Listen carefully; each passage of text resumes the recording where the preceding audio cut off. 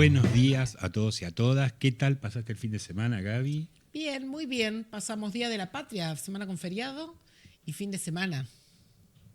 Hermoso todo. Hermoso, con locro también. ¿También? ¿Comiste locro? No, no me gusta el locro. Me invitaron... No me gusta el locro, chicos. No me gusta. Malísimo. No me gusta el locro. ¿Qué comiste, empanada? Me gusta porque me invitaron a 2 lentejeadas. Bueno. Me gustan las lentejas. Vale. No me gusta el locro porque, no sé, no. Me parece raro el locro. Tiene muchas cosas que no sé qué son. Bueno, no voy a hacer más comentarios porque estamos arrancando el programa. Que le ponen patita de esto, patita... Y bueno, no me gusta, loco. Me gusta la lenteja. Patria. Hubo poco acto de la patria, pero hubo mucha gente que se juntó con su locro y sus compañeros. Vi mucha bandera argentina. Exacto. Me gustó. La sostenemos a la patria. Pero te digo la verdad, mira, iba a decir que estoy caliente, pero no estoy caliente. Estoy como, viste, raro con estas cosas. ¿Te acordás que la semana pasada Milei había agarrado el avión para ir a festejar algo que no pudo festejar? Sí, exacto, Santa Fe. Y se ve que Milei tiene una cosa los fines de semana, que quiere irse, quiere tomarse el palo, y esta vez fue a Chaco. ¿A festejar algo? No, a inaugurar algo. ¿Un puente? No. ¿Una escuela? No. ¿Un hospital? No. ¿Una ruta nacional? No, se tomó el avión para inaugurar una iglesia evangelista. ¿Pero la había hecho él? No tuvo nada que ver. Milei inauguró desde que asumió un supermercado y una iglesia. No inauguró nada más. Que no puso un ladrillo. Que no puso un ladrillo, que el Estado no puso un mango, nada. Y los feligreses que tenían que agarpar la entrada, entre 30 y 100 lucas. ¿Y quién se lo quedó? No sé, vos me haces preguntas, Gaby, no sé. No sé, pero la cosa... ¿Te acordás que el presidente cobraba por entrevistarse cobraba con por él? sus intervenciones, no me acuerdo cómo era, que decía que cobraba. Pero bueno, y los pastores gritaban que Dios iba a levantar a la Argentina y Milei estaba ahí con los brazos en alto recibiendo las bendiciones. Milei es el presidente de Argentina. O sea, estaba ahí recibiendo esas bendiciones. Y yo digo, bueno, está bien tener fe, ¿viste? Cada uno cree en lo que puede, en lo que quiere, para soportar este país tan difícil. Pero una cosa es tener la fe personal y otra cosa es hacer esto un show, digamos. Es medio loco lo que está pasando con este presidente. Porque en casi 2 años no caminó las provincias, no fue a inaugurar nada. Como dije, lo único que hizo fue inaugurar un súper y una iglesia. Y así estamos. ¿Puedo decir algo chiquitito? Un poco a favor de los evangélicos. Pensé que a favor de la inauguración de los supermercados. No todas las iglesias evangélicas. No Nosotros todas. Conocemos iglesias católicas, evangélicas, musulmanas que hacen comedores, acompañan a gente con problemas, conocen la realidad perfectamente y saben que hay que poner el cuerpo y cuidar a las personas. La gran pregunta que lo tenemos que hacer es que viaja especialmente a inaugurar una iglesia evangélica, si estas son las prioridades o es parte de la estratégica batalla cultural que nos quiere dar Milei. Porque si vamos a otros países, Bolsonaro tenía un acuerdo muy grande con los evangelistas y en Estados Unidos Trump también. O sea que bueno, mientras hace esto, Chaco, la provincia que visitó, la mitad de los chicos son pobres. Muchos ni siquiera tienen agua potable. Las escuelas se caen a pedazos, igual que los hospitales. Y él fue a inaugurar una iglesia evangelista. Además, ya pasaron 2 años de que Milei es presidente, casi 2 años de que Milei es presidente, que venimos soportando esto, sería conveniente que elija una religión, si quiere elegir una religión, ¿no? Porque primero era católico, después del catolicismo se traspasó al judaísmo, lo vimos llorando frente al muro. Y ahora... ¿Evangelista? No, macho, pará, elegí una. Todo no se puede. Exacto, porque la religión te da una dimensión de espiritualidad, te hace mejor persona, te conecta con algo más grande que vos mismo.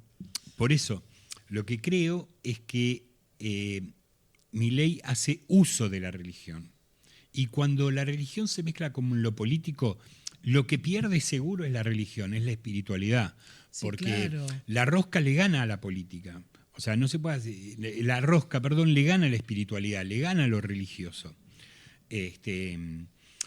Además, en todas las religiones que él transitó, le encontró la vuelta para decir que la justicia social era un pecado capital y que el Estado era el demonio. Bueno, quiero decirles que ninguna iglesia del mundo, ninguna, dice eso. Es más, todo lo contrario, todos manifiestan, son adeptos y tienen entre sus principios la justicia social como eje central de las personas que más que sufren. Y además nos hizo iguales. Y Dios se preocupa por los que la están pasando mal. No importa tu condición económica, sino porque la estás pasando mal y Dios lo que es amor. Entonces se preocupa de eso. Entonces no es contrario a la justicia social, a la solidaridad. Todo lo que hizo Milei es cualquiera. No, es terrible.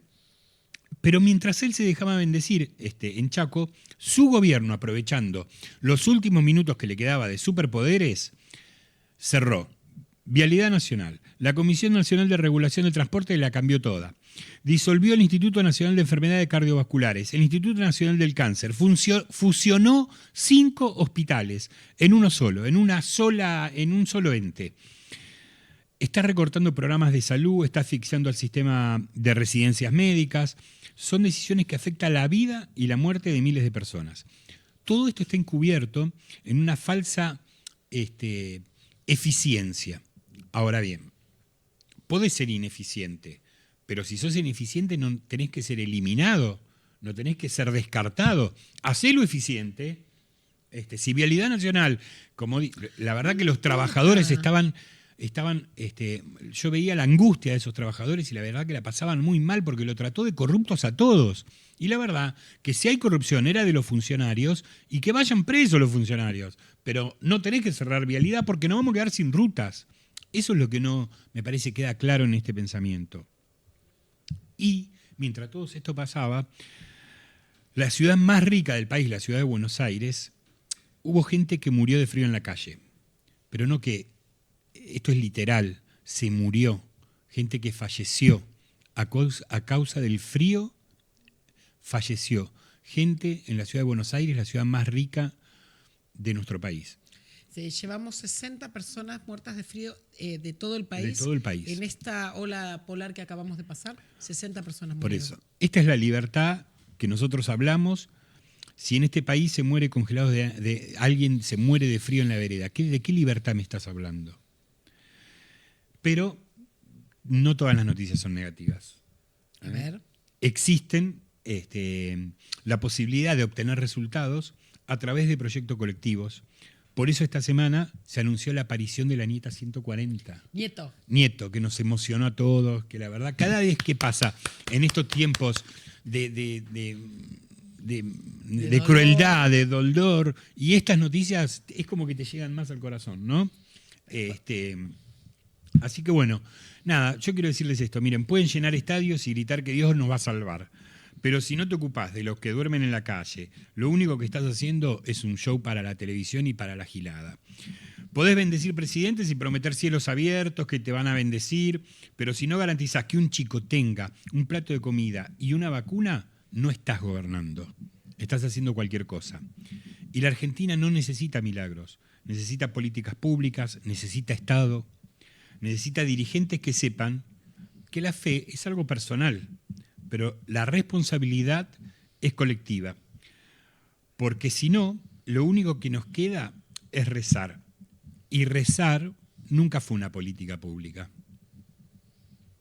Salvo que por la necesidad tengamos que empezar a rezar como política pública. Cada uno que busque su espiritualidad porque el mundo está muy difícil. Totalmente. Hoy vamos a tener un programón y una novedad. Qué bien. ¿Querés que empecemos por la novedad o empezamos por ver nuestro videíto del nieto 140? Quiero decirles esto. El programón es... Vamos a tenerlo a Eugenio Zaffaroni. Eso. Lo vamos a no tener... me levanto para nombrarlo porque no doy con la cámara. Lo vamos a tener... para ponerse de pie. Lo vamos a tener al economista Guido Agostinelli, que nos va a hablar de su libro y de lo que está pasando en la economía. Y va a explicar por qué los libertarios creen que el Estado no tiene que existir. Y por fin alguien joven. Alguien joven. Por fin. Eso está mal. Por fin alguien joven. Por fin los jóvenes toman la producción. Yo quiero decir que los que tenemos más de 50 podemos ver streaming. Quiero streaming para nuestra edad. Hola. Por fin alguien joven en esta mesa, de este lado, porque de allá para allá son todos jóvenes, buenísimos, talentosos, que nos ayudan a hacer el programa. Pero de este lado vamos a empezar a tener... Nos baja el promedio de la mesa. Totalmente. Ahora ya acabo de tener menos.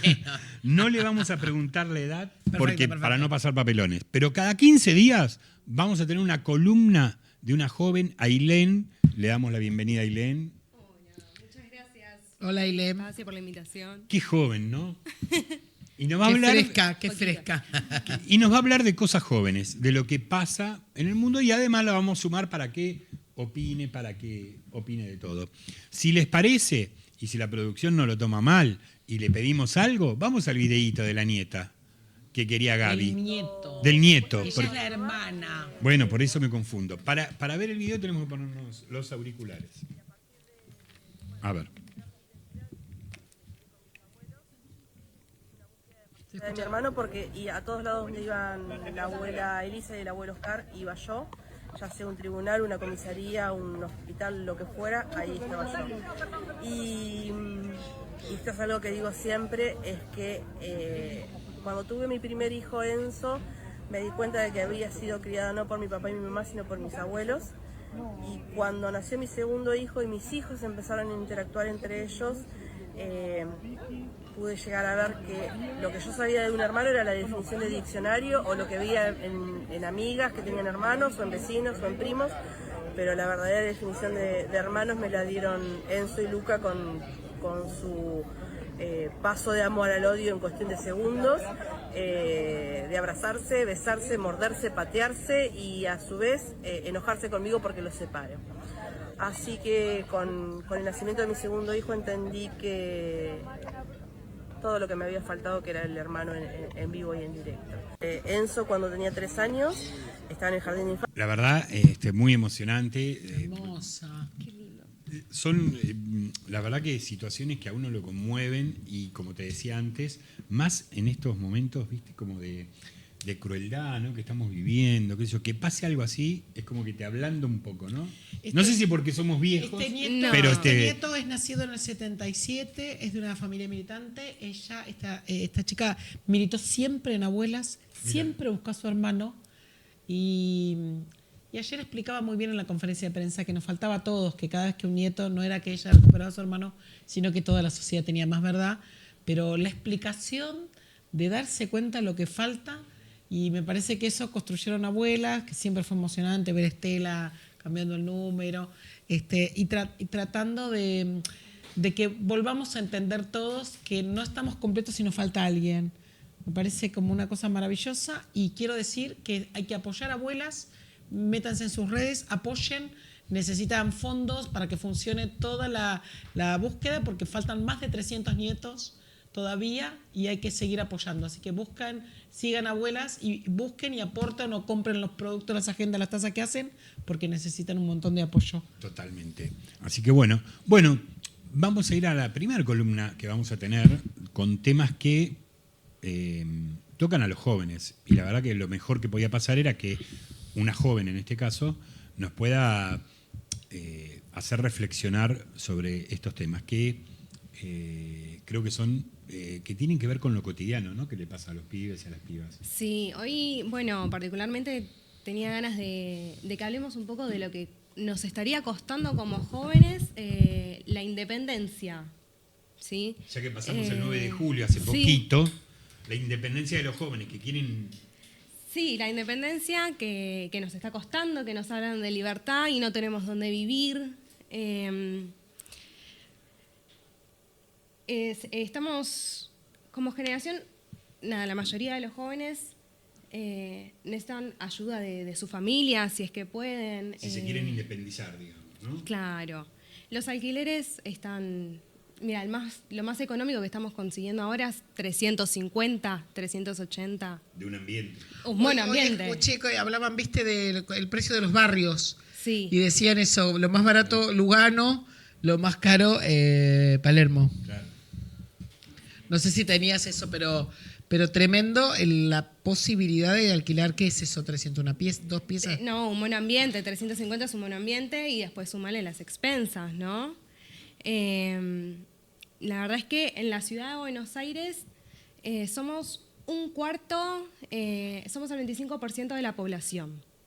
La juventud mueve mucho la economía en la ciudad. Aportamos a esta ciudad que es de las más ricas. Y aún así estamos muy abandonados al momento de querer avanzar, de querer proyectar un futuro. ¿No hay ninguna política, decís vos, que ayude por garantía, por ayudar a ese primer paso? Como joven siento un completo abandono en ese sentido. Personalmente tengo 2 trabajos para poder mantenerme independiente y con un círculo de contención muy grande, por suerte, agradezco. Pero igual es completamente difícil. El llegar a fin de mes es una fantasía, ¿no? Olvídate de proyectar a comprar una casa. Es un delirio, ¿no? ¿Qué te imaginas que hace falta como viviendas que sean accesibles para los jóvenes, apoyo con la garantía o que haya descuentos si es tu primera vivienda, no sé? ¿Qué te imaginas si uno tuviera que hacer una política pública que acompañe esa primera posibilidad de vivir solo o con amigos o amigas? No te entusiasmes mucho porque no veo posibilidades de quebrar. No importa, ella que la piense la política, nosotros tenemos que soñar. No. Ya después le vamos a preguntar. Para soñar. Vos tenés que soñar, pero ¿qué es lo que haría falta? Hay países europeos que sí tienen políticas públicas que ayudan, que van como garantes. Para alquilar ahora te piden que el mes de adelanto, el mes de depósito, propiedad en capital, porque si es de provincia tampoco te sirve. Si no, el seguro de caución, que a veces te sale mucho más caro que lo que vos tenés que poner para entrar al departamento. Bueno, tenemos como una plaquita que ahí mostraba cuánto... Mirá. Para que nos pongamos los anteojos. Yo me tengo que poner los anteojos. Este fue el departamento más barato que encontré, a 380.000 más 25 de expensas, que te pide los 2 meses más el seguro de caución, que ahí lo tenemos en un pago con un 20% de descuento. Con el descuento pagando en efectivo en el momento necesitas 1.343.200 pesos. Mangos para entrar al departamento. Para ingresar, no para mudarte, ni siquiera para independizarte. Claro. Del todo, porque a eso tenés que sumarle el flete, comprarte la heladera, que el lavarropas. No, lavarropas por 5 años no vas a tener, ya te lo aviso. Por lo menos 5. Hay una... la heladera puede no tener freezer. La producción, la producción son jóvenes. Un frigobar vas a terminar teniendo en el living. De los 3 que están ahí, ¿alquilan los 3? Alquilan los 3. ¿Lavarropas? No. Uno tiene. Este año. En casa de mamá que se lava. Muy bien. Hay que aprovechar todas esas cosas. ¿Heladera con freezer? No. A ver, está bien que podamos aprovechar el lavarropa de mamá, pero me parece que como juventud nos merecemos tener un lavarropa. Totalmente. Yo creo que... mira, algo que vos decías recién al principio de todo. Sí. El 25% de la población es joven y tiene problemas de vivienda al querer poder independizarse. Hay un 25% que es el adulto mayor. Sí. Que ese tiene un porcentaje que también ve afectada el problema de la vivienda. Yo creo que el problema de la vivienda, y que lo va a seguir viendo, porque antes el fenómeno del alquiler se daba en los más jóvenes. Los más grandes no tenían tantos problemas. Hoy están teniendo problemas. Bueno, y yo creo que el tema de la vivienda... El déficit habitacional es un tema mundial súper grave, digamos. Después del hambre es el déficit habitacional. Y sobre todo en las grandes ciudades donde hay una superpoblación, te quedaste sin terrenos, digamos, ¿no? Quiero agregar también que en los índices de desempleo, los más perjudicados son de 18 a 24. Cuando uno ve los indicadores tanto de indigencia como de pobreza, bueno, es muy doloroso, pero de 0 a 18 es el 60% y después de 18 a 24. Quiero decir que es una franja castigada en todos los sentidos. El que no puede alquilar, el que no puede trabajar, el que no puede comer. O sea, estamos con un 25% muy, muy golpeado, eso quiero agregar. Sí. Ahí tenemos un artículo, estamos viendo. Sí, 4 de cada 10 jóvenes de entre 25 y 35 años vive con sus padres.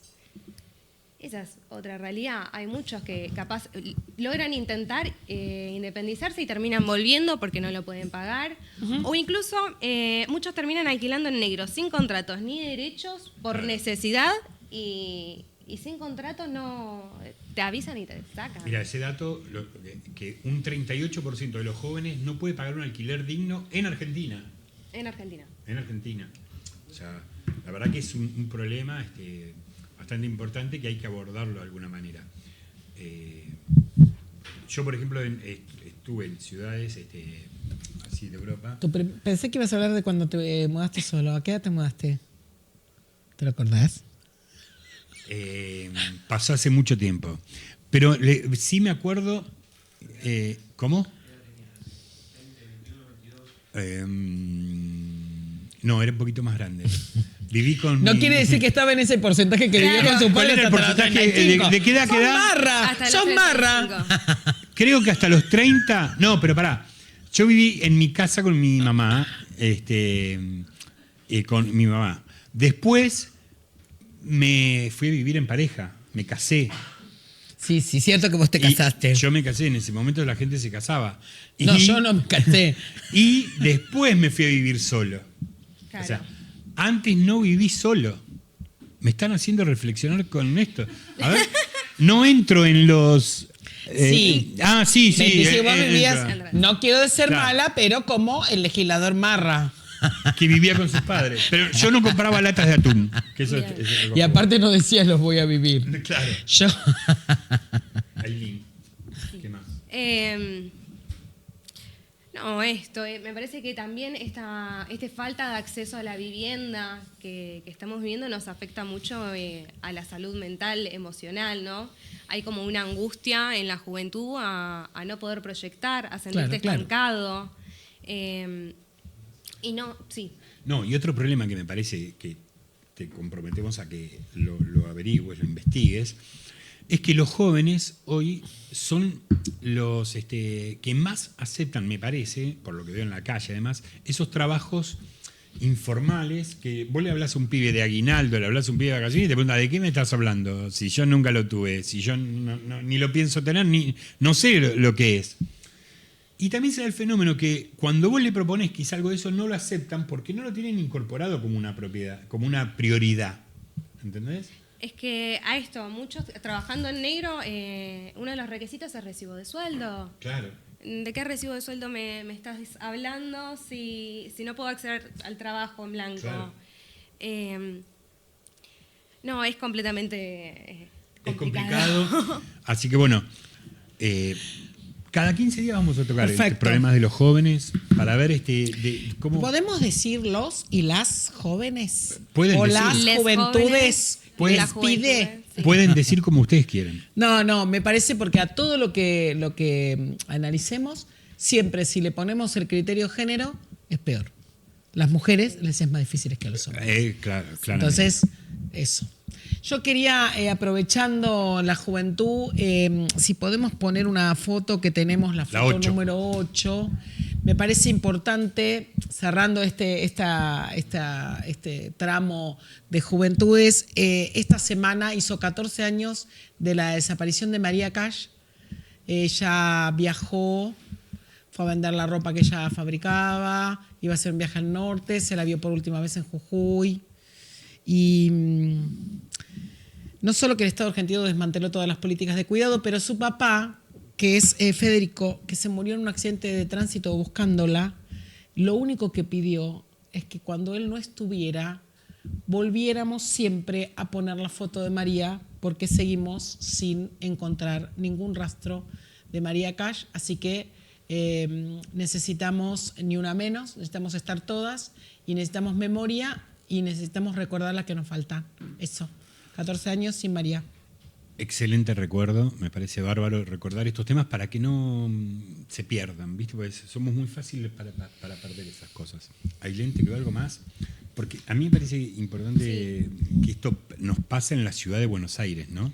Sí, recordemos, los jóvenes, como había dicho, movemos mucho la economía y incluso la mayoría de las juventudes del interior se vienen a la ciudad Claro. para poder estudiar. Entonces vienen de todos lados y es un gran esfuerzo que puedan venir y se hace súper difícil mantenerlos. Me parece que necesitamos proyectos, necesitamos un acompañamiento Necesitamos presencia del Estado. Necesitamos un Estado presente, El que Estado nos de garantice. Claro, el Estado de la poder ciudad que proyectar. garantice vivienda para proyectos para jóvenes, planes, inclusive pensar en áreas de la ciudad de Buenos Aires que en vez de hacer negocios puedan servir para proyectar para que jóvenes puedan, tanto del interior como de la ciudad, poder vivir un poco más dignamente, ¿no? Esa es un poco, me parece, la idea que tenemos que tener y que compartimos todos. Así que muy bueno. Quiero preguntarle a las dos si fueron invitadas a esta fiestita que les voy a mostrar en el video número 7. A mí que me van a invitar a esta Quiero saber fiesta. si les llegó la invitación.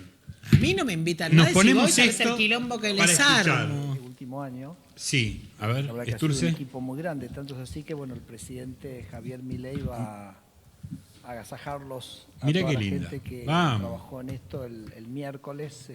Vamos a tener una reunión acá en Casa de Gobierno, vamos a festejar. El presidente va a celebrar, vamos a hacer celebrar. unas 200 personas, ¿no? Mirá. Más o menos. Son 200, nada más que 200, pero creo que son 200 sin contar los empleados de Adorni que estaba al lado. Yo te digo que hay cosas que no puedo ni con la ironía. A mí me encanta ser irónica, me parece que el humor siempre y la creatividad argentina nos salva. ¿Pero te Los invitaron o no te memes. invitaron? No me ¿A invitaron, vos, pero Ailín? no puede ser tanta Por suerte crueldad. no. No puede ser tanta crueldad. Quiero decirlo así. Es un montón que estos tipos festejen el dolor del pueblo argentino, ya es un montón. Es un montón. Hay que contextualizarlo, que me parece que ayer daba una conferencia, la conferencia de prensa todas las mañanas, aparece Sturzenegger y comenta que, bueno, como saben, hoy a las 12 se vencen Sí, vuelve a ser los calabaza. poderes que vuelven a ser calabaza todos. Esta semana se vencieron los superpoderes que tenía el gobierno. Entonces Sturze fue como el último a contar que desaparecían programas sociales, programas de salud, vialidad nacional, y todo eso significa la ausencia del Estado, porque no es que te dicen vamos a suplantarlo y además le vamos a dotar de este presupuesto para que hagan estos proyectos. No hay nada, no hay nada de nada. Es la fiestita con los sanguchitos para que vayan a festejar que hicieron mierda todo. No se puede con ellos. Creo que hay que seguir hablando con gente que valga la pena. No sé si tenemos algún reportaje después nosotros, porque con estos tipos no vamos a ir a ningún lado. Yo tengo ganas de escuchar, para ir terminando, el video número 3, hablamos de Milei que fue a la iglesia del Chaco, y pongámonos, y hablamos de la señora que lo fue a ver a Milei. La mujer chaqueña en la inauguración del Portal del Cielo. ¿Qué le parece que Ahí está. Javier Milei llegue aquí al Portal del Cielo? Buen día.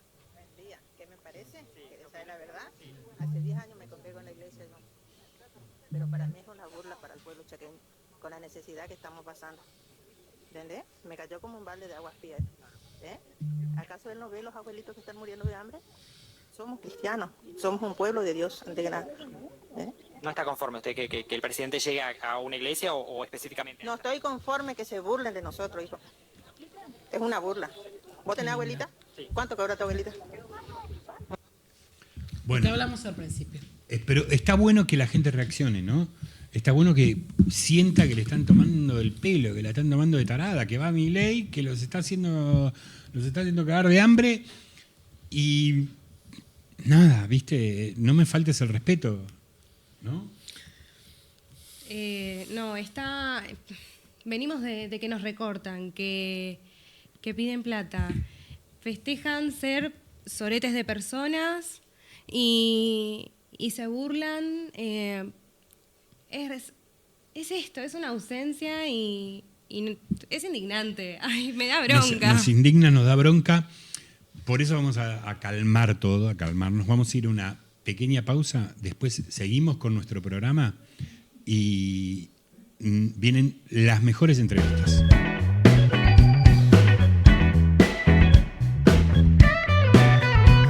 Seguimos en O no lo arregla nadie, en el canal No Seas Neutral, que nos pueden seguir por Instagram y suscribirse por YouTube, que es muy importante, como siempre les digo, que se suscriban y que nos apoyen en esta comunidad que estamos tratando de organizar. La verdad que tenemos ahora una entrevista espectacular, para nosotros es muy importante. Lo tenemos en línea al doctor Eugenio Zaffaroni, ex miembro de la Corte Suprema de la Nación Argentina, jurista internacional, ha actuado en muchos casos relevantes y además ha sido protagonista de nuestra historia más reciente en muchos aspectos. La verdad, para nosotros es un placer. Doctor Zaffaroni, acá lo saluda Víctor Colombano y Gabriela Torres. Buenas tardes, gracias por atendernos. ¿Qué tal? Muy buenas tardes. Al contrario, gracias a ustedes. Tenemos que agradecerle un agradecimiento también particular al padre Carlos, que fue el que nos gestionó poder esta entrevista, así que no está, pero se lo vamos a hacer escuchar para que agradecerle la gestión. Así que, bueno, la verdad que nos parecía muy importante poder tener un diálogo con vos en estos momentos que estamos viviendo, ¿no? Con Cristina presa, la vulneración de muchos derechos de las personas, el uso de la violencia quizá desmedida por parte del Estado, en las manifestaciones que son como derechos que tiene la sociedad, ¿no? De poder expresarse. Primero, varias preguntas. ¿Cómo ves la situación de Cristina? Porque también escuché leí que vos decías que recurrir al Tribunal Internacional no iba a tener mucho sentido o no iba a ser efectivo. Entonces, primero, ¿cómo veías la situación de Cristina? ¿Y cómo ves este avance sobre los derechos individuales, ¿no? Bueno, una cosa no es del todo independiente de la otra. Uh-huh. Si nosotros creemos que la prisión de Cristina, la condena, todo esto, la detención domiciliaria, es una cuestión local, estamos equivocados. Esto es una cuestión regional, en donde las víctimas del lawfare han sido varias, incluso en nuestro propio país. Uh-huh. Tenemos Milagro Sala, que es una presa política, Exacto. sin lugar a dudas. El lawfare con Amado Vudú, exhibido ante la televisión en pijama y pantuflas, en ropa de dormir, cuando se lo podría haber citado al tribunal, Sí, iba claro. caminando. Bueno, cosas así que, y si miramos América Latina, bueno, han intentado matar a Evo Morales, está preso el presidente constitucional del Perú, Pedro Castillo, han secuestrado, violando el asilo diplomático a Jorge Glass, y lo quieren matar. El caso sobornos de Ecuador con Correa y todo su gabinete, un escándalo, y es la sentencia modelo, de la cual se copia totalmente el modelo, el caso de Cristina, ¿no? No la Corte, porque la Corte hizo una payasada ahí de 20 páginas. Pero la casación sí, y el tribunal que la condena también. Bueno, lo de Lula terminó como terminó debido a una carambola interna de Brasil, y porque además Brasil tiene un poder judicial, burocrático, con una serie de defectos, pero tiene un poder judicial que nosotros no tenemos. No sé, tener una Corte Suprema, un triunvirato, el tercer triunvirato, esto es único en el mundo. No existe en todo el mundo. Siempre se da sobre determinados sectores de la política, ¿no? Porque no veo sufrir el lawfare o estas actitudes a los sectores de centro derecha o de derecha, siempre sobre un mismo sector que me parece que tiene... Yo no diría, no uso la clasificación derecha-izquierda en América Latina, sino que esto claramente es colonialismo o resistencia nacional. Acá nos estamos dando cuenta de que lo que tenemos es un régimen de no derecho que cancela el aspecto, la función social del Estado, y naturalmente tiene que hipertrofiar la represiva. Pero bueno, miremos las últimas cosas, el festejo de Sturzenegger riéndose ante las cámaras, nos toma el pelo, mientras disuelve Vialidad Nacional y no sé qué otras cosas, y organizan una cena para festejarlo. Organizan una cena para festejar que echaron a 50.000 empleados y que cerraron el Instituto del Cáncer, ¿no? Es una locura. Habían hecho lo mismo con los jubilados, ¿te acordás? Sí, Ya habían hecho una cena para festejar eso, ¿no? Sí, ahora hacen otra cenita, lo festejan el desguace del Estado, es decir, un Estado que lo que pretende es llegar a una situación social caótica, con lo cual se debilita como Estado, y bueno, es más fácil pasto del colonialismo. Da la impresión que cuando hablo de colonialismo estoy hablando de Garay que viene a enterrar el pendón, no, naturalmente que ese colonialismo originario se terminó también el neocolonialismo se terminó con la dictadura de seguridad nacional, y hoy tenemos un colonialismo financiero, tardo colonialismo financiero, con estas características.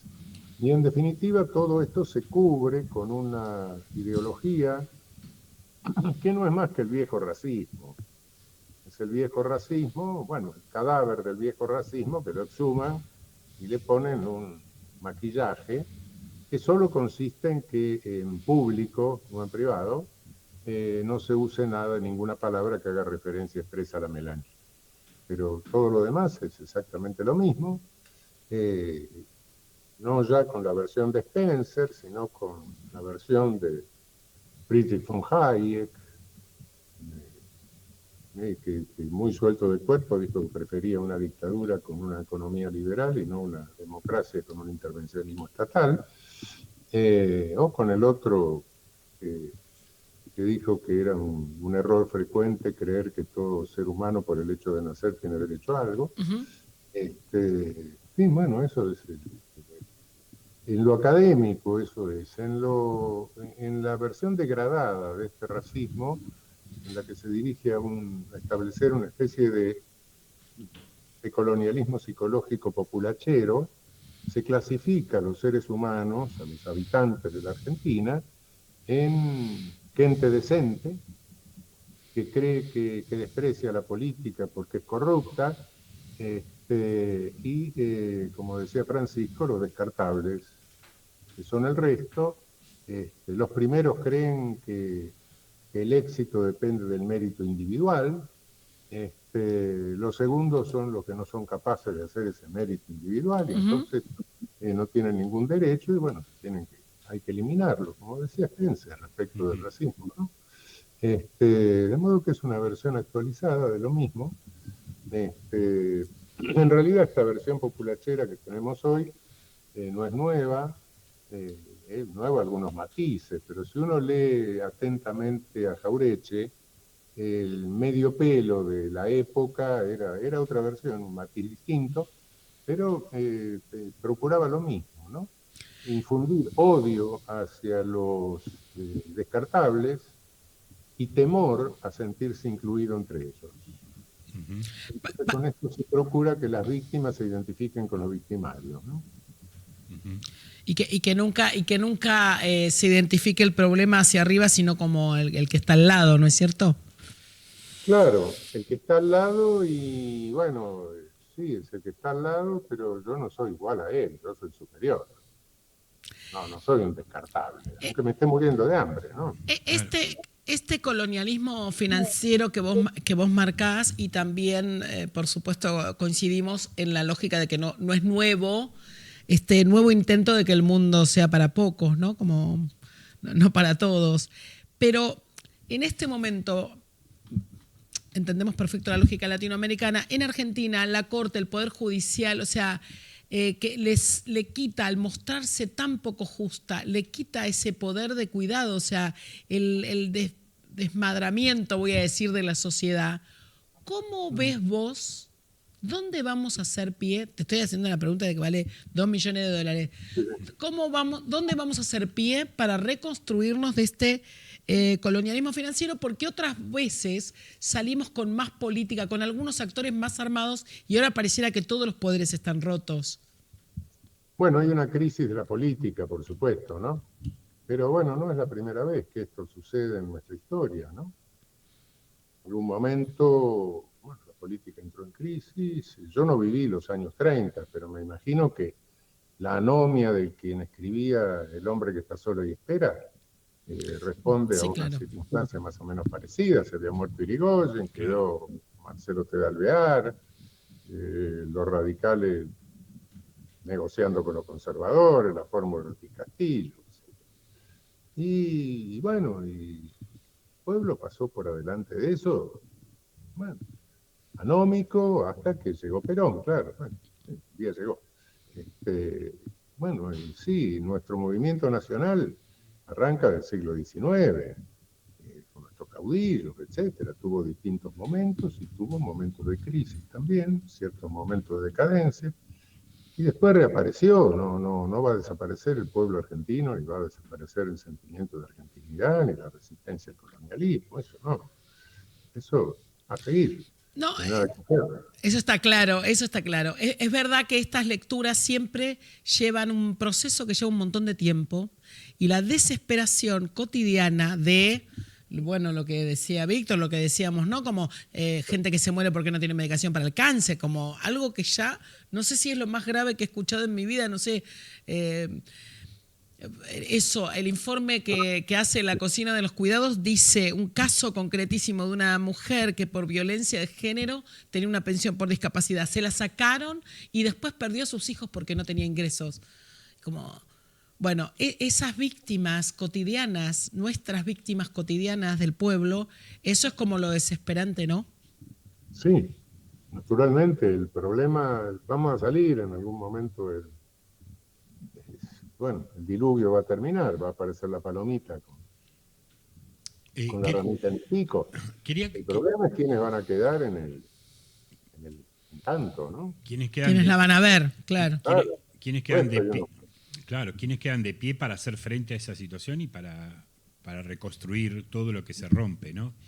Sí, se está haciendo un genocidio por goteo, de otra manera, pero bueno, tenemos que pensar cómo reconstruir esto después, ¿no? Tenemos que pensarlo desde ahora. Te quería consultar algo. Poder judicial, no tenemos poder judicial. No nos engañemos, no tenemos. Claro. Tenemos una magistratura integrada por, no sé, 2.000, 2.500 jueces habrá en el país, que en su mayoría son personas, hombres y mujeres normales, no tienen nada que ver con esto, y tenemos una cúpula de esa magistratura, que serán unos 30, yo no sé, no son más. Contá el triunvirato, el tercer triunvirato, jueces de casación, algunos tribunales, justicia en general. Entran en un living, decís, entran en un living. Sí, pero están en las posiciones claves. Claro, claro. Están en las posiciones claves porque nosotros nunca tuvimos un poder judicial. No tenemos un control de constitucionalidad eficaz. No tenemos una casación que unifique las interpretaciones de 24 provincias y la federal, etc. Y en consecuencia, bueno, esas son funciones elementales que tiene cualquier poder judicial del mundo. Nosotros no la tenemos, entonces esto que tenemos es un mamarracho, pero no es un poder judicial. De lo cual sí, pueden tener la culpa los políticos que nunca se ocuparon de corregir esta estructura. Pero me hago cargo de otra responsabilidad que es de la academia, que nunca se la señaló. No puede ser que a lo largo de muchas décadas, el único que se haya dado cuenta de estas fallas haya sido Sampaio en la Constitución del 49. Claro. Que puso el estado de quisis y puso la casación. Claro. Y después nadie, bueno, todos escribimos libros de derecho, pero nunca nuestra academia se paró para decirle a los políticos, miren que esto no es un poder judicial. O inclusive para hablarle a los propios miembros, ¿no?, del Poder Judicial, que salieron de esas casas de formación. Sí, pero te digo, la inmensa mayoría, sí, también eso, pero la inmensa mayoría, no, son tipos, mujeres normales. Claro. No. Me encanta que son normales. Quiero decir, pueden tener sus defectos, pueden equivocarse, yo también me habré equivocado tantas veces, qué sé yo. Pero no están en esto, no. Totalmente. Te quería consultar, viste que en estos momentos es de sorpresa permanente, nos sorprendemos cada día más, lamentablemente por situaciones no muy buenas. Pero a mí me resultó llamativo, no sé si a vos o si hubo, o la pregunta es, ¿qué fue lo que más te sorprendió? Que los medios anticipen las condenas, las sentencias, o que le digan el martes a tal, o sea, digo, yo entiendo que debe haber presiones en el Poder Judicial, de la política, que no sé si está bien, creo que no, pero bueno, es hasta, digo, el diálogo, pero que los medios avasallen tanto. Son de más allá de la política. Claro. Te vuelvo a repetir, esto es regional. Claro. Y esto es hemisférico. Uh-huh. Entonces, ¿de dónde llega esa presión? No fue Milei. No. Yo creo que si alguien hay en la Casa de Gobierno que en algún momento le hacen contacto dos neuronas, se daba cuenta que esto no le convenía al gobierno. Totalmente. Al gobierno le convenía confrontar con Cristina y en una de esas ganarle, que claro. no era imposible. Bueno, pero se ve que el gobierno no gobierna, no tiene poder para parar esto. Porque... Y entonces atribuírselo a Clarinete o a la tribuna de doctrina, no. Es darles mucho poder. Doctrina y todo eso responde a otro poder. Y es Master's Voice, la voz del amo. Claro. Que disciplinó a los jueces y bueno, también responde a otro poder. No. ¿Pero a vos te sorprendió eso? ¿O en claro, algún momento hubo algo que te sorprendió más en tu vida judicial, digamos, no? No, yo creí que les quedaba un resto de dignidad al triunvirato. Ajá. Y que no iba a resolver el día y la hora que le indicaron los medios o el poder que estaba detrás de esos medios hegemónicos. Ajá. Sin embargo, no tuvieron ese resto de dignidad y lo hicieron. Uh-huh. Es un combo explosivo, ¿no es cierto? Recordando nuestra independencia esta semana, digo, un colonialismo financiero, un genocidio por goteo y sin dignidad y sin poder judicial. Sí. Es un combo muy, muy difícil. Poder judicial, tenés un legislativo totalmente fragmentado, pulverizado. Es posible, no sé, espero de alguna manera que el alineamiento de los gobernadores, porque esto va a terminar que te va a ser imposible gobernar a cada uno en su provincia. Entonces puede ser que esto, bueno, reordene un poco el ganado, ¿no? Uh-huh. Pero hasta ahora, no, vemos una cosa totalmente anómica.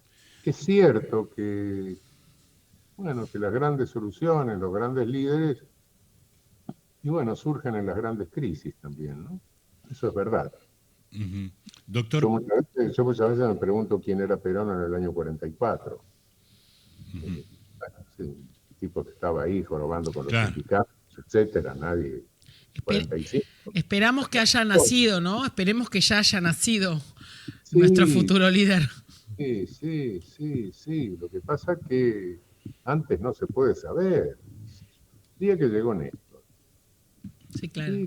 ¿Qué iba a hacer este pingüino que venía de Santa Cruz? No lo sabía. Sí, bueno, las circunstancias llevan muchas veces a alguien a asumir un liderazgo, una responsabilidad. Siempre y cuando la espalda le dé, ¿no? Bueno. Tomando lo que vos decís, nos queda tener esperanza y resistencia, ¿no? Para sobrellevar estos momentos. No me cabe la menor duda, y no deprimirnos. La verdad que queríamos, Eugenio, agradecerte por esta comunicación y como parte final, una reflexión de, ¿vos ves alguna posibilidad que pueda solucionarse de alguna manera judicial el tema de Cristina o ya la sentencia es inapelable, definitiva? O sea, no hay otro camino. Mira, hay fenómenos de poder político que la única solución que pueden tener es política. Uh-huh.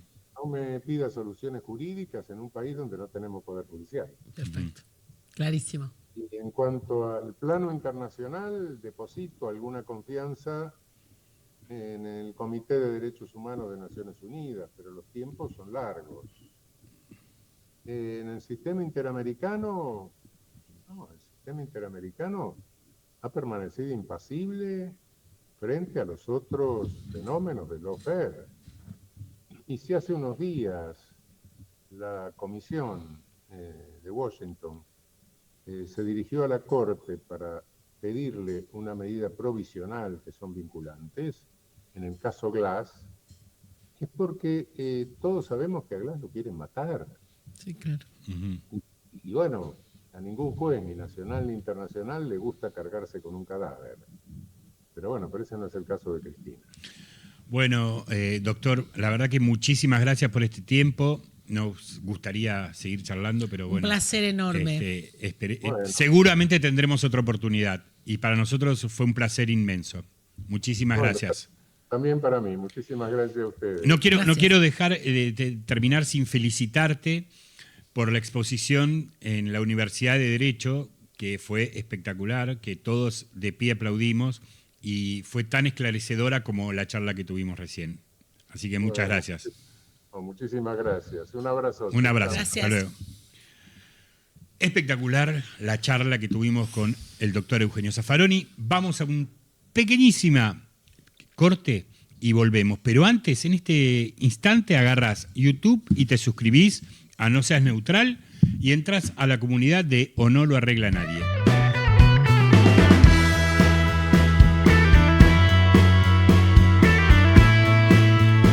Seguimos en O No Lo Arregla Nadie. Tuvimos una nota increíble con el doctor Eugenio Zaffaroni y ahora vamos a hablar sobre economía. Vamos a hablar con un economista joven que hizo un libro que la verdad lo leí, me gustó mucho. Él ni lo debe saber pero yo le contesté por Instagram. Ay, muy bien. Y él me puso ok. ¿Sos su bien. fan? ¿Sos su fan? Soy su fan, sí. Estoy en el canal. Así que bueno, vamos a hablar. Estamos hablando de Guido Agostinelli, así que le damos la bienvenida. Muchas gracias. El libro del cual hablamos es Experimento Libertario, ¿no? Que lo hiciste como que recorriste distintos países, ¿no? Sí. Contando la experiencia y que si se puede llevar a cabo este modelo en algún otro. Y creo que en un país duró, no sé si 15 días, una cosa así, que la basura empezó a... ¿no? ¿Cómo fue eso? Sí, fui hasta... Ahí está el libro, si lo ven. Lo pueden seguir comprando, ¿no? Yo de paso te mando el chivo. Están las principales librerías, porque es Random Penguin, que por suerte tiene una buena distribución, así que sí, se consigue en las librerías. Pues salió en diciembre del año pasado, así que no hace tanto. Sí, con respecto al experimento, uno de los experimentos que exploramos en el libro es el de Grafton. Grafton es un pueblo al norte de Estados Unidos, que fui yo personalmente ahí, porque había sido un pueblo que había sido invadido por libertarios. O sea, básicamente como era un pueblo muy, muy chiquito, de pocos habitantes, fueron unos 100 libertarios hasta ahí, y como ellos definen todo por asamblea, dijeron, bueno, vamos a tratar de demostrar que el libertarianismo funciona en un pequeño pueblo, ¿no? A nivel país, no el experimento que estamos viviendo hoy en día a nivel nacional. Y entonces lo que hicieron fue bastante en línea con el pensamiento libertario, empezaron a reducir las tasas municipales, empezaron a no hacer gastos del Estado, había que renovar el camión de bomberos, no lo renovaban, había que recolectar la basura, la recolectaban menos o no la recolectaban. Y hasta que finalmente, como es una zona en el norte de Estados Unidos con mucho frío y es una zona de osos, lo que ocurre fue que los osos se empezaron a acercar porque no recolectaban la basura y finalmente una señora un día entró en su casa, se encontró con un oso que la ataca. Entonces se registra el primer ataque de osos en la historia de un oso libertario. ¿Culparon a los osos? ¿Cómo? ¿Culparon a los osos? No, en ese caso la gente que estaba ahí, yo hablé mucho con la gente allá. Hay una entrevista que hice que la tengo en mi canal de YouTube que entrevisto a una señora que vive ahí desde siempre, de chiquita. Me dice, yo soy republicana, me dice, yo soy de derecha, pero así todo no soporto a estos libertarios. Y era amiga de la señora que fue atacada, bueno, ahí se conocen un poco todos. Y lo que me decía es, no, fue culpa de la no recolección de la basura, que esto es una medida muy en el extremo, que yo si bien quiero que haya libertades para poder hacer negocios, esto es algo que no tiene ni pies ni cabeza, básicamente, eso era lo que... Ese fue el tope. Claro, ese ataque fue como el tope para así todos siguieron siguieron siendo libertarios, porque el problema es que en las asambleas que ellos hacen, más o menos asisten menos de 200 personas. Entonces, con 100 libertarios activos, ya tomaban todas las decisiones. Si bien es un pueblo de 1.200 habitantes, o sea que en realidad uno diría, che, yo le pregunté, ¿por qué no viene más gente? Y la gente no viene, ¿viste? Cuando es la democracia así de ese tipo, ocurre que hay gente que se mueve. Ella es una de las que participaba, por ejemplo, la señora con la que hablé. Pero justamente a mí lo que más me interesaba, más allá de que esta información sí había salido, yo había ido atrás de la información porque había leído que había habido un ataque de osos, lo que más me interesó fue a nivel económico, bueno, porque yo soy economista, y ver, bueno, ok, bajaron las tasas, entonces acá funcionó mejor, hay más negocios. Claro. Yo no veía negocios, le pregunté a la señora, ¿pero qué negocios hay? No hay negocios. ¿Y si querés ir al supermercado? Y vas al pueblo de al lado que te cobran tasa más alta. Y le digo, ¿y si quiero cargar nafta? Pues fui con el auto, también en el pueblo de al lado que te cobran tasa más alta. Entonces le digo, pero entonces no tuvo ninguna funcionalidad. Bueno, sí, pagamos menos del impuesto a las propiedades, ¿no? Que me dice que bueno, que en definitiva, pero estamos en un lugar peor y las propiedades cayeron un 30% su valor. Claro. O sea que en realidad pagaban menos tasas municipales para las casas, pero después las casas le costaban un 30% menos. Claro. Y bueno, aparte de toda la inseguridad que ella sentía, porque es gente también que estaba armada. El libertarianismo está muy asociado, siempre igual en todos lados, con la libre portación de armas. Por eso en mi primer libro, que es Falacias Libertarias, en ese hago más hincapié en el tema de la libre portación de armas, porque no hay correlación entre sino todo lo contrario, entre una mayor portación de armas y homicidios vinculados a esta cuestión. Estados Unidos, de hecho, es el país largamente con mayor portación de armas, donde tienen más tiroteos masivos y demás. El segundo es Yemen, que también tiene problemas muchísimo más abajo. Entonces, justamente no existe. Pero, sin embargo, en Estados Unidos, en este estado, que es New Hampshire, y este pueblo es un pueblo de New Hampshire es como el estado más libertario, vamos a decirlo así, donde hay más libertarios. Y de hecho el proyecto a largo plazo, que sigue estando en pie, o sea, no es que con esto se amedrentaron ni es que van para atrás, sino que la idea de ellos es convertir al primer estado libertario a New Hampshire. Y yo fui a la reunión de libertarios mensual, en la cual ellos idean cómo van a hacer para lograr que sea el primer estado de Estados Unidos 100% libertario. Lo que sí está claro es que, primero, la calidad de vida les bajó rotundamente, digo, porque si te baja el oso, lo tenés sentado en tu mesa, digamos, y nadie te... Ahora, ¿qué esperaban ellos? ¿Quién iba a recoger la basura? ¿Quién los iba a cuidar? ¿No es cierto? Porque vos tenés que... Pensás el plan A, decir, bueno, bajo la tasa, que es hasta ahora lo que vamos a contar, lo único que más o menos hicieron. Pero después... ¿Quién va a recoger la basura? Eso no lo pensaron. No, un poco lo mismo que escuchamos un poco de Milei, por eso la raíz libertaria del presidente, que es como que cada uno se arregle. Se recoja la basura. Que si que vos querés con tu vecino ponerte de acuerdo, che, esta semana te toca a vos, esta semana te toca a mí, vas con una camioneta y lo tirás en otro lugar. Yo te quiero preguntar, porque nosotros, los argentinos, que también siempre pensamos que todo lo que nos pasa es nuestro, también hacemos una lectura de un índice de inflación altísima, un gobierno que... exceso de subsidios, subsidios. Bueno, las críticas, ¿no es cierto? Entonces uno dice, bueno, la inflación era intolerable, era claro que las personas. En otras experiencias que vos estudiaste, lo antecesor a que lleguen 100 libertarios a no recoger la basura, ¿qué era? No, en este caso en el caso este puntual de Grafton, no, era un pueblo que la verdad no se destacaba por nada, fue muy bien elegido, digamos, fue un pueblo que no era pujante económicamente, entonces no tenía tanto para perder, así todo perdió, porque cayó el valor de la propiedad, con lo cual fue elegido bastante bien, porque era un número del cual ellos pudieron juntar, o sea, se pusieron todos de acuerdo también para que el mismo año, en el mismo momento, se trasladaran allá y cambiaran el domicilio ahí. O sea que fue todo orquestado, no es que dijeron, claro, bueno... No es que vivían ahí, exacto, sino que fueron... Se trasladaron ahí, lo compraron incluso con sociedades, eso es lo que me contaba también la vecina que vive ahí, que me decía, son todas LLC, o sea, las sociedades anónimas de Estados Unidos, que compraron esta propiedad, con lo cual ella me dice, yo tampoco sé si son propietarios los que yo veo. Claro. O sea, son... Pero quiero decir, no había un descontento generalizado. Un pueblo tradicional, rural de Estados Unidos, que no se destacaba por absolutamente nada, tranquilo. Y la idea y le entró. Claro, y de hecho han también surgido problemas de inseguridad que no habían tenido. Después también lo que ellos reportan es que, como en todo pueblo, se le escapa un animal a la casa de al lado y dice, bueno, ahora cuando te pasa eso, tenés que prestar mucha atención si pasás a lo del vecino, porque a mí me pasó que me apuntaban con un arma. Entonces me dice, todo eso yo no lo viví nunca. me decían los vecinos, ¿no? Entonces, de golpe, se da un clima de mayor violencia en ese lugar. Después hay otros experimentos que exploramos también en el libro. A nivel histórico está el caso de Cospaia, que fue como un estado que se autogestionó sin un poder central, sin un poder político, con lo cual ha durado 4 siglos, con lo cual ahí, yo dije, encontré el caso libertario que funcionó. Pero bueno, después cuando uno profundiza, en el libro lo hacemos, a raíz de que en realidad ellos lo que hicieron fue traer el tabaco de América, implantarlo ahí, como estaba prohibido el tabaco en todos los países vecinos, en todos los estados vecinos. Eso fue bastante proteccionista lo que hicieron. No, fue contrabando. O sea, básicamente iban todos los contrabandistas de Europa a buscar el tabaco ahí porque no lo conseguían, porque estaba prohibido. Y a raíz de eso, el único negocio que hoy se mantiene en pie se llama La Guarida del Contrabandista, que es un restaurante, muy rico, por cierto.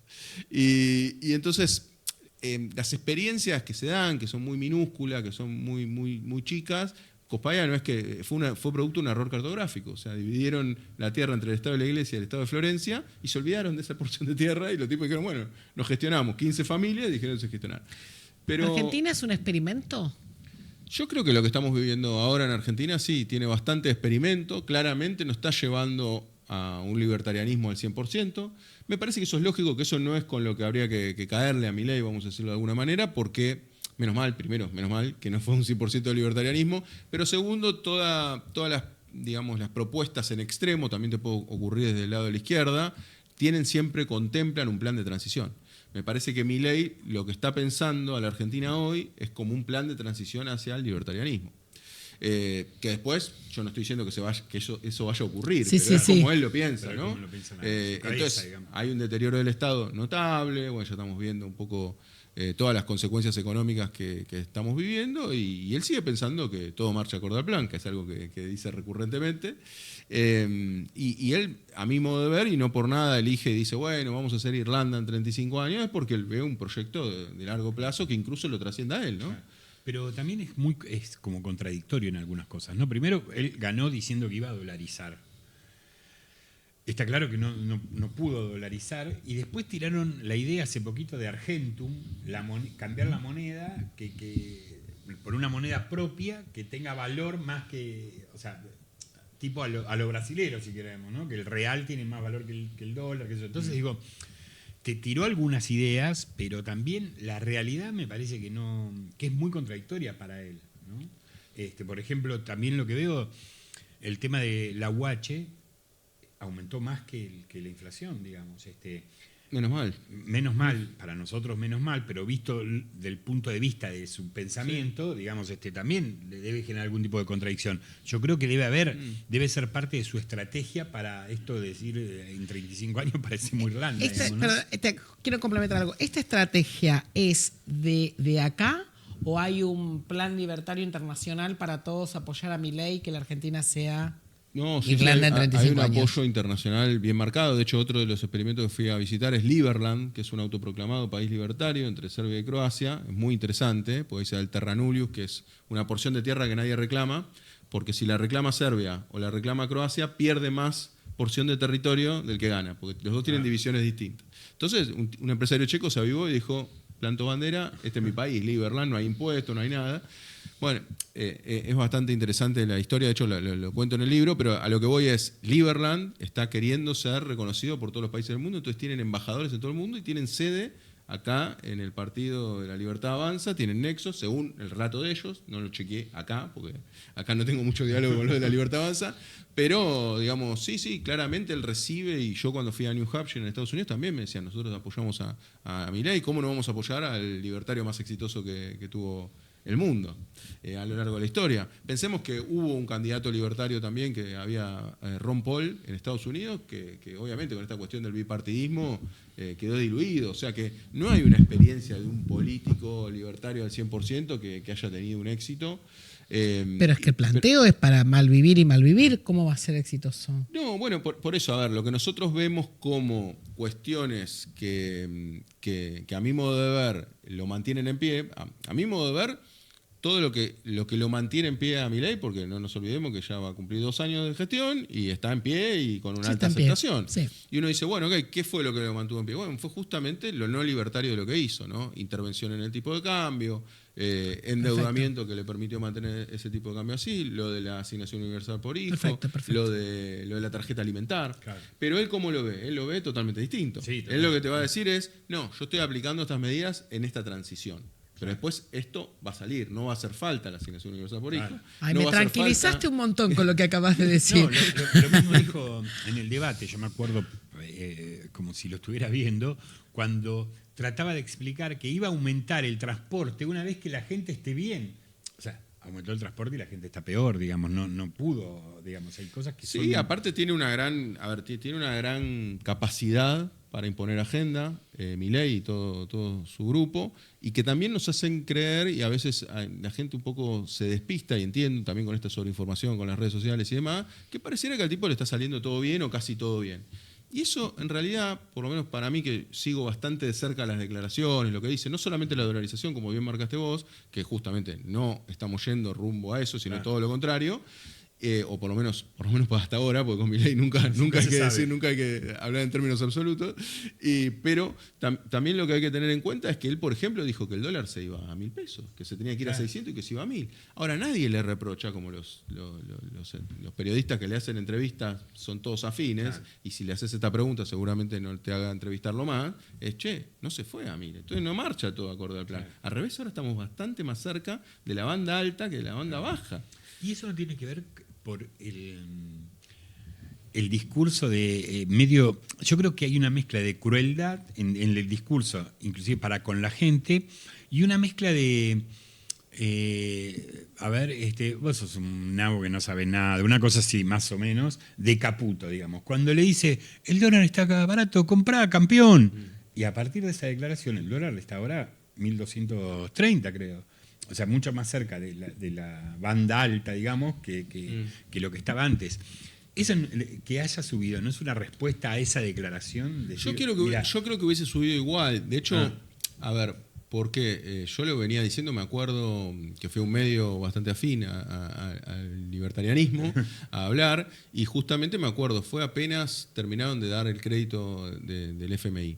Y yo dije, mirá, este trimestre seguramente lo van a controlar el dólar. Yo tengo mis dudas que se vaya a 1.000. Yo tengo mis dudas. Y yo veo que cuando termine el trimestre lo más probable es que vaya sobre la banda alta. Esto no quiere decir que vaya a llegar a los 1.400. La banda alta también tengamos que tener presente que se va ajustando y va subiendo. Pero lo que quiero decir, esto no quiere decir que va a llegar a 1.400, pero también tengamos presente que el famoso carry trade, del cual todos hablamos, este negocio en dólares que te rinde mucho, necesitas, a mi modo de ver, y con esto no estoy diciendo un pronóstico, sino que es una posibilidad de que vos te acerques a la banda alta para que se reactive ese carry trade. Claro, ¿Por qué? Porque si vos estás cerca de la banda alta, vos te asegurás, porque el FMI te lo permite, intervenir. Exacto. Claro. Entonces, ¿qué es lo que pasa? Este intermedio que se está dando ahora no permite el carry trade. No es conveniente lo que estamos viviendo ahora cercano a los 1.300, 1.275. Pero igual están interviniendo de alguna manera. Están interviniendo, claro, están interviniendo en los futuros. Claro. El último mes que tenemos el dato de la intervención de futuros, que cuentan hasta con esa ventaja. Los futuros no lo vemos en el momento de la intervención. Claro. Tenemos que ver con informes que ya pasaron. El último informe de mayo da una intervención de 1.500 millones en los futuros. O sea que es... Esta intervención que vos decís, que como transición, todo le está yendo bien o se sostiene por todo lo que no es libertario. Sí. Lo junto con algo que decía Cis en el programa de Gelatina ayer, no sé, esta semana. Él decía, hay un exceso de frivolidad, de brutalidad, de no saber qué hacer. El próximo presidente va a ser un tipo súper normal, muy previsible, porque ya no se va a soportar esto. Tanta locura. Tanta locura, algo así. ¿Qué decís de todo esto? No, ojalá así sea. A ver, obviamente uno, a ver, pensás, pasa que la verdad que el libertario uno no vio nada con estas características también personales de Milei, ¿no? Pero si uno emparenta con un Bolsonaro, no vi la entrevista, ¿no? Pero con un Bolsonaro, bueno, volvió Lula. Si uno piensa en la primera gestión de Trump, Biden, también, alguien tranquilo. A mí me parece que puede llegar a ocurrir eso. Pero bueno, en Argentina, hoy yo la verdad, también lo tengo que decir, me parece que es más probable una reelección de Milei que venga alguien de otro, porque sobre todo por lo que uno ve o Y también eso, ¿llega o no llega a la elección ejecutiva? Desde mi punto de vista, con la información que contamos ahora, yo te diría que el año que viene va a ser un año muy duro y va a ser un año en el cual, para mí, van a cambiar el sistema cambiario y van a liberalizarlo completamente. Por ende, el dólar, vamos a ver dónde encuentra su freno o dónde encuentra su estabilidad. Eso no lo sabemos. No lo sabemos porque el cepo, que es una engaña pichanga, porque no se liberó el cepo, claro. Que faltan todas las empresas que puedan remitir utilidades, se habla de remisiones de utilidades al exterior entre 7.000 y 9.000 millones de dólares. Por ende, si vos lo liberás mañana, el dólar se te va a las nubes. Entonces el gobierno no lo está permitiendo. De nuevo, intervención que lo logra sostener. Yo el otro día me quise hacer el libertario. ¿Qué hiciste? ¿Qué hiciste cuando quisiste ser libertario? No, tenía que pagar la tarjeta en dólares, pero era muy poquito porque tenía los gastos así. Y fui al banco, a la ventanilla, y yo dije, basta, somos libertarios, macho, vendeme dólares. Le digo, mira, quiero comprar 250. No, me dice, ¿cómo va a comprar 250 dólares por ventanilla? No se puede. ¿Cómo no se puede comprar? Está el límite por ventanilla. Sí. No se puede. Entonces no somos tan libertarios que Parece vos. que no. Entiendo poco de economía, pero trato de leer, como ¿viste? Te leo a vos, leo a otros, que yo como para poder interpretarla, digamos, tampoco saber porque me parece, para mí es súper difícil. Pero hay algo que me cuesta entender. Gastamos menos, ¿no? No hacemos obra pública, cerramos, unificamos, cerramos todo. Por ejemplo, un dato, los servicios de trenes, la frecuencia se bajó el 40%. Para achicar costos y además porque no hay para reparar lo que se va rompiendo porque no le transfieren los fondos. ¿Y por qué necesitamos más guita que nos den? Si no la gastamos, si nosotros no gastamos en nada, gastamos mucho menos, ¿por qué necesitamos más guita del fondo? Más guita? Y pareciera que todos los meses millones y millones de dólares caen se van. Saco roto, diría mi abuela. Sí, está muy bien la pregunta. A mí me parece que bueno, ojalá que esta experiencia sirva para el próximo gobierno a aprender también de estas cuestiones. ¿Por qué? Porque el gobierno anterior, como para graficarlo, el gobierno de Alberto Fernández estaba muy preocupado por los dólares. De hecho, tal es así que lo que hizo Guzmán fue en realidad refinanciar con el FMI, no fue que estaba pidiendo fondos frescos nuevos, ¿no? Y descuidó completamente el frente de los pesos. Entonces tenías un déficit fiscal, el cual dice Milei, y tiene razón, que era elevado, que era históricamente elevado. Ahora lo que vos te encontrás es, ahora viene Milei y te dice lo que importa son los pesos. Claro. Entonces, de golpe tiene este teórico equilibrio fiscal, que bueno, después lo podríamos discutir, porque no tiene en cuenta algunos intereses, si vuelve a contemplar los intereses del Banco Central, en realidad se dice en déficit fiscal. Tampoco hay que insistir tanto con este concepto, porque no queremos que ajuste más todavía, claro. ¿No? Digo, porque si uno se pone muy taxativo, le dice, no tenés superávit fiscal, bueno, ok, esperá que me falta reducir más en educación, en salud. Entonces, por ahora lo dejamos ahí. Pero lo que quiero decir es, esta reducción efectivamente se da, hay un ajuste muy grande, Milei dice el más grande de la historia, como generalmente nadie se siente orgulloso de semejante ajuste, nadie lo discute. Yo no pude recopilar, la verdad, otros grandes ajustes para ver si esa afirmación es cierta o no, pero lo que quiero decir es, está preocupado solamente por los pesos. Y como que, por lo menos en lo discursivo, nos dicen, bueno, el dólar no importa, o esto de Caputo, bueno, compra campeón, que se vaya lo que se tenga que ir, ¿no? Como diciendo, bueno, eso no me importa. Y lo cierto es que son preocupantes las dos cuestiones. Uno tiene que cuidar los pesos y tiene que cuidar los dólares. No es ni una cosa ni la otra. Y a raíz de eso, por eso, como bien marca, ¿por qué seguimos pidiendo al FMI? Bueno, porque en el frente de los dólares estamos mal. Se nos van más dólares de los que entran. Ese es el problema que tenemos. Más allá de que vos te conserve los gastos, reduzca la obra pública, eso es la parte de los pesos. Está equilibrado. Vamos a concederle que está equilibrado, estrictamente no, pero vamos a concederle que sí. En los dólares no. En los dólares no. No le queremos conceder nada. Para no ponerme tan técnico y decir, bueno, en realidad hay una parte de la emisión que se llama deuda cuasi fiscal, que hace el Banco Central, que esa en realidad está contabilizada al momento del cierre del vencimiento de esas letras. Sí. Si vos lo contabilizás mes a mes, el interés que pagan esas letras, vos seguís en déficit fiscal. Claro. Esa sería más o menos la explicación. Ahora, contablemente lo mandan al final y entonces dicen, tenemos superávit. Pero lo cierto es que hubo un ajuste muy grande, o sea, se acomodaron mejor los pesos, está, digamos, en términos de numéricos. Lo que no logra ordenar son los dólares, entonces. Claro, lo que no logra ordenar son los dólares, por eso recurre al FMI, por eso intervienen los dólares futuros. ¿Por qué se intervienen los dólares futuros? Los dólares futuros es decir, che, yo te voy a vender el dólar futuro más barato, cortá con tus expectativas de que el dólar se va a ir para arriba. Yo te los doy para que sepas que van a estar. O sea, no te preocupes. Esto es un recurso que no ha hecho solamente los libertarios. Lo ha hecho Kicillof, ha tenido una causa por esto. Digo, claro. ¿Puedo una pregunta también del $1.000.000, como le dice a Zaffaroni? Entre una inflación del 200% y salud y educación y políticas de cuidado. Y cero intervención del Estado. ¿Qué hay en el medio? Bueno, por eso, en el medio está el mundo. Tiene que haber algo. Está el mundo, básicamente. Claro. O sea, que ese es un poco mi gran eje con el libro y demás, que es decir, che, mirá, no estamos haciendo nada que está haciendo el mundo. En realidad, en el mundo el debate es cómo interviene el Estado. Pero nadie está diciendo hay que eliminar el Estado. Vos cuando, Sí, ni los existe, italianos, claro, sí. no existe nadie, ni Trump, ni Sí. nadie, por más que sea de derecha, está planteando la eliminación del Estado. Lo que sí se debate es cómo tiene que intervenir el Estado. ¿No? Tenés el caso de, qué sé yo, China, que te dice, mira, el suelo es 100% mío, hay planes quinquenales al mejor estilo peronista, de hecho arrancó con el peronismo, lo copió China, el plan quinquenal, lo implementó después, quiero decir. Y dice, mirá, yo acá voy a decir cómo voy a ordenar la economía y vos querés venir a invertir, vení, invertí. Hay cepo, porque vos no podés sacar la plata cuando vos querés en China, entonces hay cepo, o sea que hay una economía con cepo que funciona. Y te dice, bueno, estas son las reglas, ahora yo te voy a invertir un montón. Tengo la empresa de obra pública más grande del mundo con 350.000 empleados, en la cual yo te hago puertos, ruta de primer nivel, todo alta tecnología. Vos sabés que en el Estado vas a tener todo. Vení, poné la plata, a vos te va a ir bien. ¿Listo? No seas demasiado millonario porque ahí ya entramos en problemas, que es lo que pasó con el directivo de Alibaba, que de golpe desapareció el tipo por unos meses, no apareció por ningún lado. Porque al Estado chino no le gusta que haya grandes multimillonarios y sobre todo a la vista de la gente.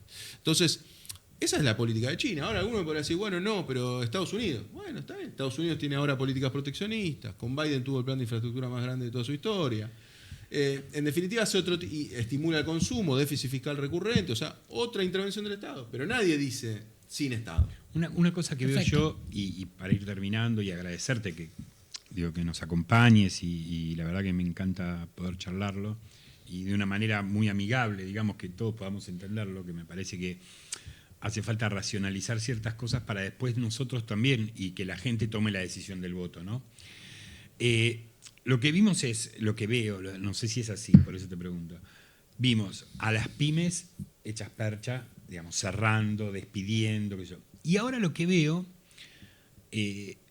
las empresas grandes teniendo problemas, digamos, despidiendo, atrás de eso viene la represión del Estado, digamos, es un proceso natural que se da con las políticas de este gobierno, decir, bueno, los trabajadores, te licuo el salario, porque no te puedo aumentar el salario más del 1%.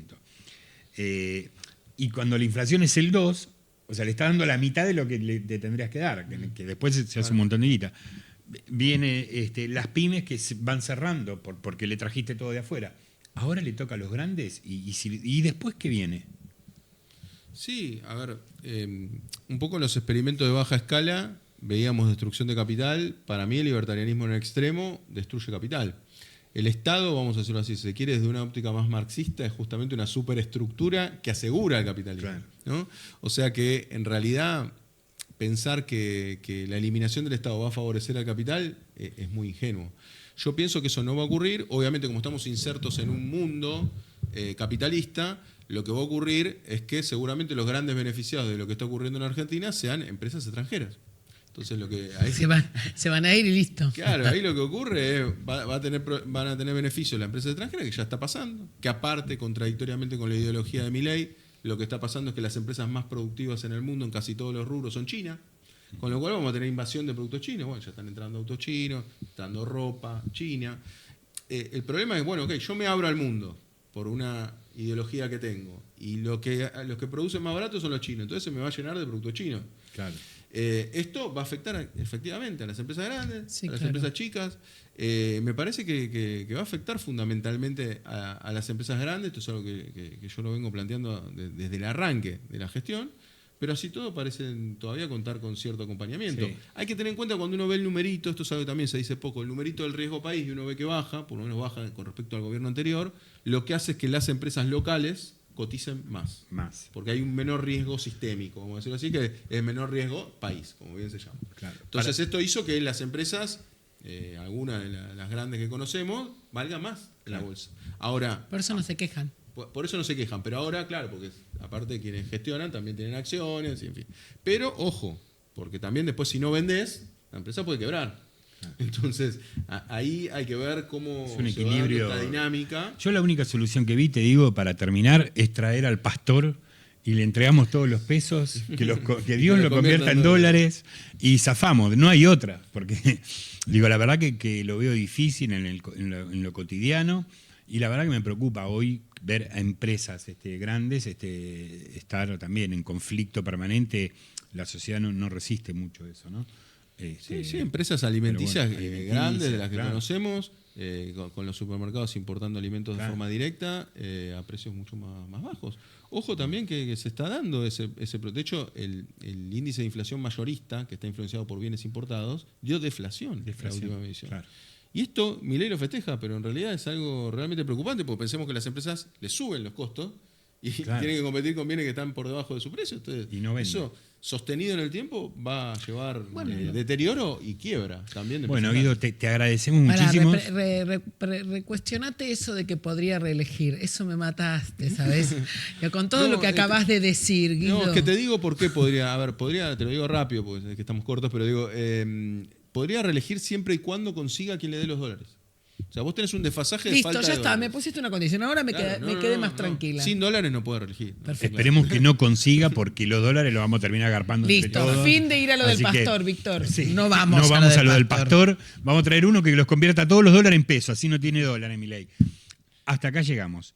Otro jueves más en O No Lo Arregla Nadie por No Seas Neutral, que se tienen que suscribir y seguirnos en Instagram. No se olviden, porque es muy importante que se suscriban. Hoy tuvimos un programón con una nueva columnista, con el doctor Zaffaroni y con Guido, que aquí los despedimos y lo comprometemos para un próximo programa que nos puedas acompañar. Así que bueno, muchísimas gracias y nos vemos el jueves que viene.